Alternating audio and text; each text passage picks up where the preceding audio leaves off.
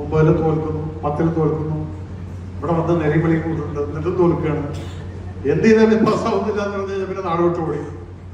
അങ്ങനെ 75 ഈ നാടും വിട്ട് ഓടിപ്പോകുന്ന സമയത്ത് ഐ ഡിഡ്ന്റ് നോ ദാറ്റ് ഈ ഗുരുവായൂരപ്പന് ഇത്രയും വലിയ പവർ ഉണ്ട്. 9 തോറ്റ 10 തോറ്റ ഈ AK രവീന്ദ്രൻ എന്ന് പറയുന്ന ഇവനെ 3 വർഷം കൊണ്ട് 10ാം ക്ലാസ്സും പാസ്സാക്കിച്ചു. അത് കഴിഞ്ഞ് പ്രീ-ഡിഗ്രിയും പാസ്സാക്കിച്ചു. BA ഫസ്റ്റ് ഇയറും പഠിച്ചുകൊണ്ടിരിക്കുമ്പോൾ പട്ടാളത്ത് സർവീസ് ചെയ്തുകൊണ്ടിരിക്കുന്ന സമയത്ത് 80 ഞാൻ ഓഫീസർ ടെസ്റ്റ് ചെയ്തത്.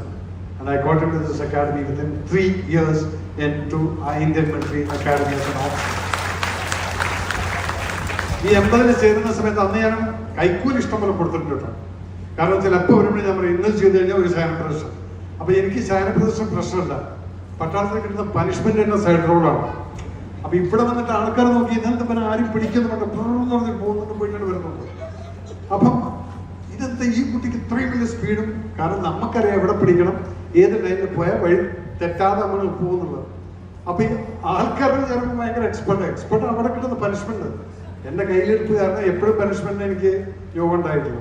പക്ഷെ അതുകൊണ്ട് എന്താ ഈ ബോഡി നല്ല ടഫായി ഓരോ പ്രാവശ്യം വരുന്ന സമയത്തും പലതും കൈക്കൂലി കൊടുത്ത് ഞാൻ നേടിയെടുത്തു. ഓഫീസറാവാനുള്ള ഓഫീസറായി, 10 പാസ്സാവണം അതും കൈക്കൂലി. അത് കഴിഞ്ഞിട്ട് ഓഫീസറായി കഴിഞ്ഞാൽ പട്ടാമ്പിയിൽ നിന്ന് നടന്നു വന്നിട്ട് ഇവിടെ വന്ന് ശയനപ്രദർശനം ചെയ്യാം അതും ചെയ്തു കൊടുത്തു. എല്ലാം കൊണ്ടും ഇതെല്ലാം എൻ്റെ വിശ്വാസമായി.